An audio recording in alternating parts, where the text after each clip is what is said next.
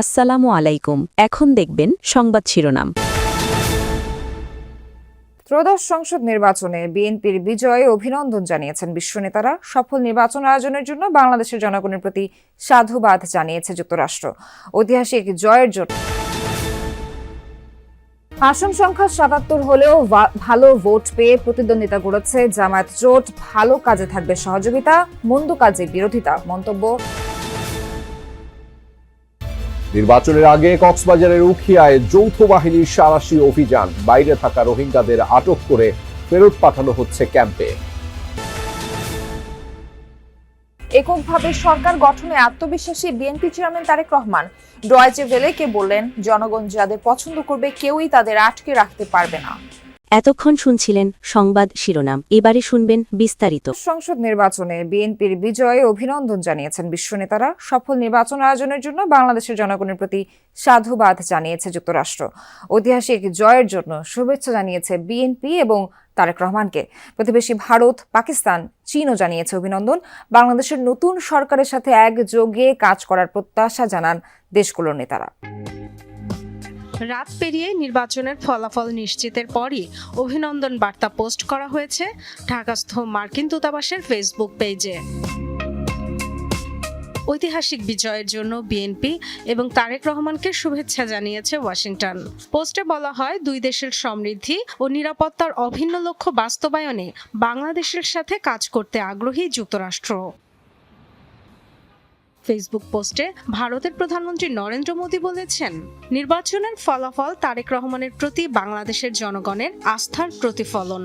একটি গণতান্ত্রিক, প্রগতিশীল ও অন্তর্ভুক্তিমূলক বাংলাদেশের পক্ষে ভারত তার সমর্থন অব্যাহত রাখবে বলেও জানান।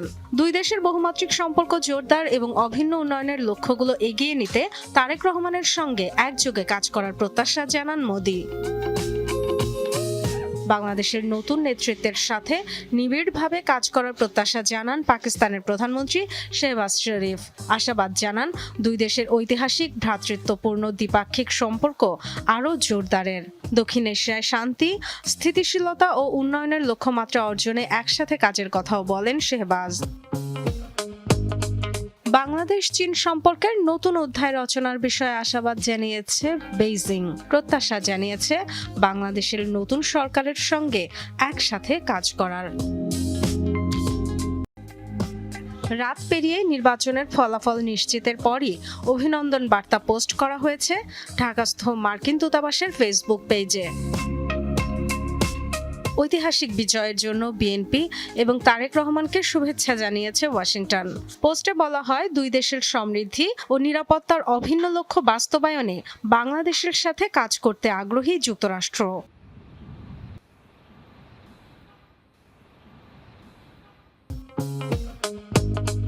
বাংলাদেশ চীন সম্পর্কের নতুন অধ্যায় রচনার বিষয়ে আশাবাদ জানিয়েছে বেইজিং। প্রত্যাশা জানিয়েছে বাংলাদেশের নতুন সরকারের সঙ্গে একসাথে কাজ করার। ধারার রাজনীতি করবে জামায়াত, ভালো কাজে থাকবে সহযোগিতা, মন্দ কাজে বিরোধিতা। মধ্যরাতে রাজধানীর মগবাজারে দলের কেন্দ্রীয় কার্যালয়ে সংবাদ সম্মেলনে এসব কথা জানান জামায়াতের আমির ডক্টর শফিকুর রহমান। দেশবাসী তাদের যতটুকু সহযোগিতা করেছে তার জন্য অভিনন্দনও জানান তিনি। পুরানা রাজনীতির সংস্কৃতিতে আমরা ফিরে যেতে চাই না। আমরা ইতিবাচক ধারার রাজনীতি করতে চাই। রাজনীতি যদি দেশের মানুষের জন্য হয়, তাহলে যারা রাজনীতি করবেন তাদেরকে এই কথা মেনে নিতে হবে যে পাশ করার গ্যারান্টি নিয়ে কোনো নির্বাচনও হয় না, কোনো রাজনীতি হয় না। ভালো কাজে সহযোগিতা থাকবে, মন্দ কাজ যেটা সেটা স্বাভাবিকভাবেই জনগণের অধিকার রক্ষার জন্য আমাদেরকে কথা বলতে হবে। ঢাকা ১৫ আসনে জয় পেয়েছেন জামায়াতের ইসলামের আমির ডক্টর শফিকুর রহমান। মগবাজার এলাকাতেই জুম্মার নামাজের পর তিনি বক্তব্য রাখার কথা।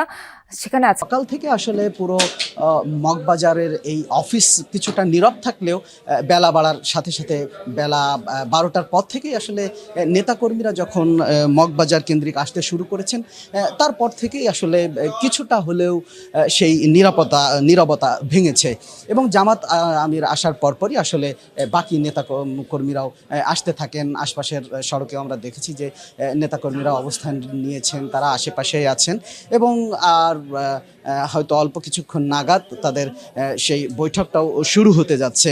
একই সাথে আমরা আরও যেটা শুনছিলাম যে জামাতের এক সর্বোচ্চ নেতার কাছ থেকেই আমরা শুনছিলাম, তারা বলছিলেন যে 61টি আসনে খুব কম ভোটের ব্যবধানে তারা হেরেছেন। এই 61টি আসন নিয়েই আসলে তারা এখন চিন্তাভাবনা করছেন, আলোচনা করছেন। আনুষ্ঠানিক যে বক্তব্য, সেই বক্তব্য পেতে প্রায় 9টা 9:30 পর্যন্ত অপেক্ষা করতে হবে সংবাদ মাধ্যমকে।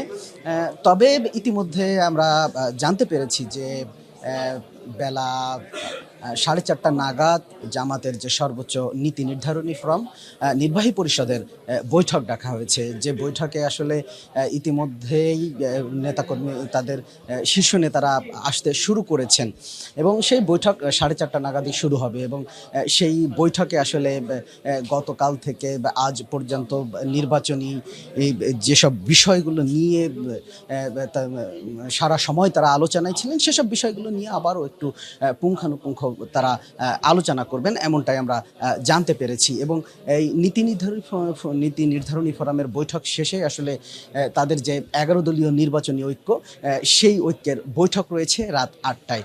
রাত 8টা থেকে মোটামুটি 1 ঘন্টা যাবৎ সেই বৈঠক অব্যাহত থাকবে, এমনটাই জানতে পেরেছি, যেখানে তারা আসলে বিরোধী দল হিসাবে সংসদে যাচ্ছেন কিনা। নির্বাচনের আগে কক্সবাজারের উখিয়ায় সাঁড়াশি অভিযান চালিয়েছে যৌথ বাহিনী। ক্যাম্পের বাইরে থাকা সহস্রাধিক রোহিঙ্গাকে আটক করা হয়েছে, তাদের ফেরত পাঠানো হচ্ছে ক্যাম্পে। উখিয়ার বিভিন্ন ক্যাম্প থেকে বেরিয়ে বাইরে পাহাড় কেটে গড়ে তোলা ঘরে ভাড়ায় থাকছে অনেক রোহিঙ্গা, জড়াচ্ছে বিভিন্ন অপরাধে। ভোটের আগে নিরাপত্তা ঝুঁকি তৈরি হওয়ায় অভিযানে নেমেছে যৌথ বাহিনী। ভোর থেকে উখিয়ার বালুখালী, পালংখালী, মরাগাছতল এলাকায় অভিযান শুরু করে যৌথ বাহিনী। ঘরে ঘরে তল্লাশির এক পর্যায়ে শত শত রোহিঙ্গার নারী পুরুষ বেরিয়ে আসে, অনেকেই ঘরে তালা লাগিয়ে পালায়। 350 বসতি থেকে প্রায় 1,500 রোহিঙ্গাকে আটক করে যৌথ বাহিনী। ঘর ভাড়া দেওয়া মালিক পক্ষের কয়েকজনকেও ধরা হয়। ক্যাম্পে নিবন্ধন কার্ড পেলেও ঘর বরাদ্দ না পাওয়ায় বাইরে থাকছেন বলে দাবি তাদের। আবার আর কাল 12 বাসালে এর থাকি গাই তো 12 দিয়া হরদা আর তুই এখন দাসে মানে 1,000 টাকা দিয়া হরে কার্ড গুজি তারা ভালো খালি না দি তারা জায়গা না পাইবা তারা এমা মরা গাতলা থাকি দি বাইরে আসি আর তাই না ভাই গরবারি নাই তোলা কেসু না আর তোলা তাই না বাড়ি দি কেমন মাথা তাই তো জায়গা না ভাই বাড়ালে এটা কি দে গরম মাথা মাইন না দে। মরাগাছতল এলাকার চারপাশ পাহাড় ঘেরা হলেও ভিতরের চিত্র ভিন্ন। পাহাড় কেটে গড়ে তোলা অবৈধ বসতি ভাড়া দেওয়া হয় মিয়ানমার থেকে পালিয়ে আসা রোহিঙ্গাদের। জনপ্রতি 500 টাকা থেকে 1,500 টাকা ভাড়া নেন স্থানীয় এক সিন্ডিকেট। ওনারা নতুন আসতেছে তো ওখানে ওনাদের বাসা নেই, তাই দিয়েছিলাম। ওরা বেশি হাতে করছে তো সেজন্য দিয়েছি। ওরা থেকে বললাম চলে যেতে, তাও যায় না। নিবন্ধিত ক্যাম্পের বাইরে রোহিঙ্গাদের বসবাসের কারণে এলাকায় অপরাধ বৃদ্ধির পাশাপাশি আইনশৃঙ্খলা পরিস্থিতিও ঝুঁকিতে পড়ছে। অভিযানে আটক রোহিঙ্গাদের মধ্যে যাদের ক্যাম্পে নিবন্ধন কার্ড আছে তাদের স্ব ক্যাম্পে ফেরত পাঠানো হয়। বাকিদের বিষয়ে আইনগত ব্যবস্থা নেওয়ার কথা জানায় প্রশাসন। যাদের কার্ড রয়েছে তাদেরকে ক্যাম্পে প্রেরণ করা হবে। এর বাইরে যাদের বিরুদ্ধে সুনির্দিষ্ট অভিযোগ আছে তাদের বিরুদ্ধে আমরা ব্যবস্থা নিচ্ছি। একই সাথে স্থানীয় জনগণ যারা রোহিঙ্গাদেরকে ভাড়া দিচ্ছেন বা তাদের এই বাইরে আসাটাকে উৎসাহিত করছেন তাদের বিরুদ্ধে আমরা ব্যবস্থা নিচ্ছি, যাতে করে তারা ভবিষ্যতে এই ধরনের কর্মকাণ্ড থেকে বিরত থাকে। ভোটের আগে এমন অভিযান অব্যাহত থাকবে বলে জানিয়েছে যৌথ বাহিনী। এর আগে চট্টগ্রামের দোহাজারীতেও কয়েক দফা অভিযানে ধরা পড়ে 3 শতাধিক রোহিঙ্গা।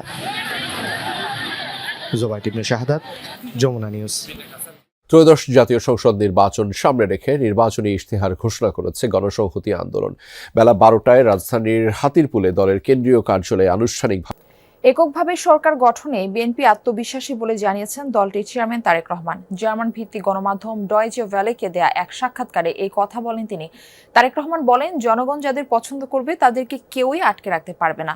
আওয়ামী লীগবিহীন নির্বাচন প্রসঙ্গে বিএনপি চেয়ারম্যান বলেন, শক্তি প্রয়োগ করে যে কেউ ক্ষমতা ধরে রাখতে পারে না। 5ই আগস্ট তার প্রমাণ। সাক্ষাৎকারে তিনি নারীর ক্ষমতায়ন, প্রতিবেশী দেশগুলোর সঙ্গে সম্পর্ক এবং গুম খুনের বিচার নিয়েও কথা বলেন। 17 বছরের নির্বাসন শেষে দেশে ফিরে মায়ের মৃত্যু এবং নির্বাচনী প্রস্তুতি, এই দুটোর সামঞ্জস্য রাখাই সবচেয়ে বড় চ্যালেঞ্জ ছিল বলে জানান তারেক রহমান।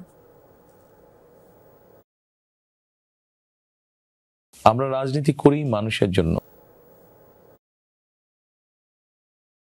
আমরা রাজনীতি করি মানুষের জন্য, মানুষের সমর্থন নিয়ে, মানুষের কাছে নিজেদের গ্রহণযোগ্যতা নিয়ে রাজনীতি করি। কাজেই আমি মনে করি রাজনীতিতে মানুষ যাকে গ্রহণ করবে তাকে কেউ ঠেকিয়ে রাখতে পারবে না, আর যাকে মানুষ গ্রহণ করবে না যত শক্তিই থাকুক না কেন, শক্তি প্রয়োগ করে সে ধরে রাখতে পারে না কিছু। 5ই আগস্ট যার উদাহরণ।